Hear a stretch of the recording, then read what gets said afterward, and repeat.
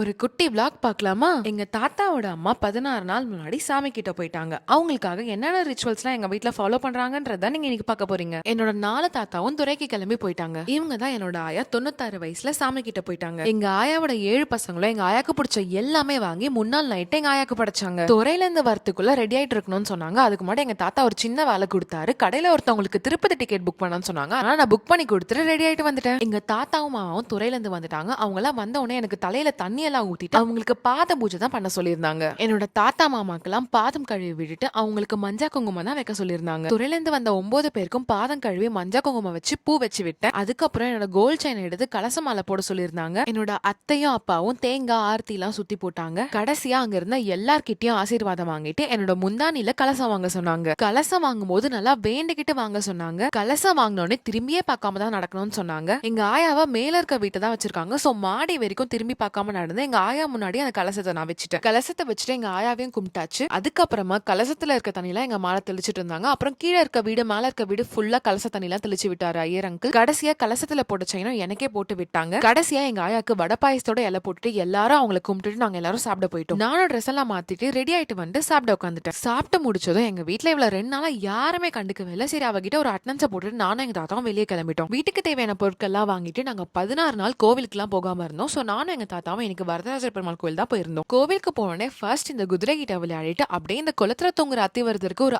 ஆயம் சொல்லிட்டு நாங்க உள்ள கிளம்பிட்டோம். நவராத்திரின்றனால பெருமாளும் தாயாரும் ஒன்னா வருவாங்க. அழகா பெட்ரமாஸ் லைட்லாம் அடுக்கி வச்சுட்டு இருந்தாங்க. இந்த பக்கம் பெருமாள் தாயார் நட திறந்துட்டாங்க. பெருமாளும் தாயாரும் அழகா பொறுமையா நடந்து 100 கால் மண்டபத்துக்கு தான் போறாங்க. கோபுர வாசல்ல இருந்து தேசிகர் பெருமாளை பார்த்துட்டு இருந்தாங்க. இந்த பக்கம் பெருமாளுக்கு அழகா சுத்தி போட்டு இருந்தாங்க. 100 கால் மண்டபத்துல பெருமாளும் தாயாரும் அழகா ஊஞ்சல் ஆடுறது பார்த்துட்டு நாங்க வீட்டுக்கு கிளம்பி போயிட்டோம்.